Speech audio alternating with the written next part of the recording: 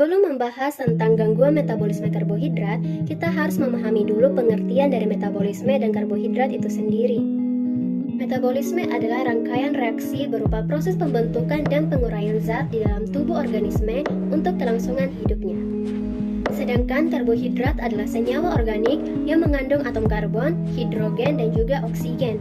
Peran utama karbohidrat di dalam tubuh adalah menyediakan glukosa bagi sel-sel tubuh yang kemudian diubah menjadi energi. Jadi, metabolisme karbohidrat adalah proses pencernaan yang memecah karbohidrat untuk mendapatkan energi. Gangguan metabolisme karbohidrat dapat terjadi ketika adanya reaksi kimia abnormal pada tubuh terkait proses tersebut. Kelainan ini dapat membuat seseorang memiliki terlalu banyak atau terlalu sedikit berbagai zat yang dibutuhkan untuk tetap sehat. Gangguan ini umumnya terjadi akibat kelainan genetik yang menyebabkan kelainan pada metabolisme. Dengan begitu, enzim yang berperan dalam proses metabolisme sel hilang atau rusak. Selain itu juga dapat diakibatkan oleh makanan, toksin, infeksi, dan lain-lain. Metabolisme adalah proses yang kompleks pada tubuh, maka dari itu tinggi kemungkinannya untuk mengalami masalah. Ada beberapa hal yang dapat menyebabkan gangguan ini, seperti faktor genetik, disfungsi organ, dan juga disfungsi mitokondria. Gangguan metabolisme karbohidrat dapat menyebabkan berbagai gangguan yang dapat terjadi pada tubuh. Salah satunya adalah obesitas.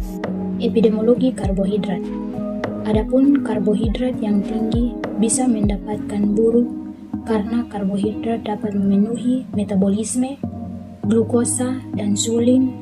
Glukosa adalah gula yang dimana jika dikonsumsi berlebihan dapat menyebabkan atau menjadi restan, yaitu tidak mempunyai menjalankan tugasnya dalam metabolisme.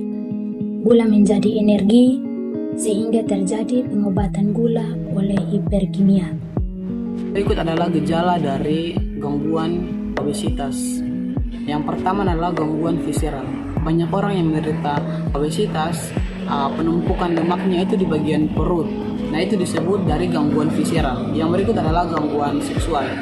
Banyak penderita obesitas atau kenaikan badan yang berlebihan sering mengaku bahwa hasrat untuk seksualnya itu menurun, dan juga gangguan obesitas dapat memicu seorang wanita untuk sulit untuk hamil. Yang berikut adalah depresi. Nah, obesitas juga dapat memicu kesehatan mental seseorang sehingga menjadi depresi. Hal ini disebabkan oleh gangguan-gangguan dari luar, dari ejekan-ejekan teman, ejekan-ejekan tetangga, sehingga membuat kesehatan mentalnya terganggu dan juga membuat dia depresi. Nah, bagaimana cara kita mendiagnosis seseorang yang terkena gangguan obesitas?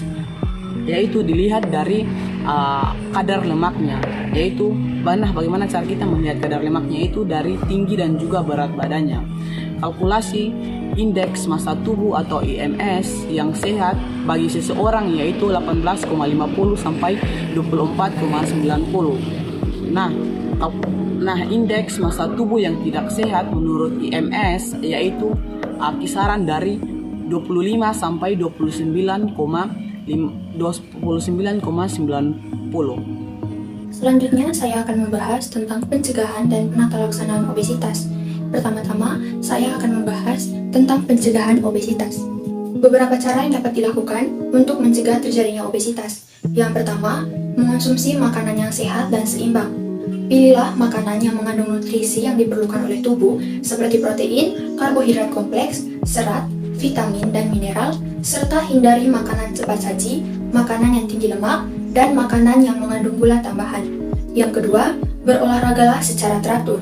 Olahraga membantu membakar kalori, meningkatkan metabolisme, dan menjaga berat badan agar tetap seimbang. Lakukan olahraga minimal 30 menit setiap hari. Yang ketiga, tidur yang cukup. Kurang tidur dapat menyebabkan peningkatan berat badan, sehingga pastikan Anda mendapatkan 7-8 jam tidur setiap malam. Yang keempat, menghindari kebiasaan buruk seperti merokok dan mengonsumsi alkohol. Merokok dan mengonsumsi alkohol dapat menyebabkan peningkatan berat badan dan meningkatkan risiko terjadinya obesitas serta masalah kesehatan lainnya. Yang kelima, menerapkan gaya hidup aktif. Selain olahraga, tetap aktif sepanjang hari dengan cara berjalan kaki, menaiki tangga, atau melakukan aktivitas fisik ringan lainnya dapat menurunkan risiko terjadinya obesitas. Yang keenam, menciptakan lingkungan yang mendukung.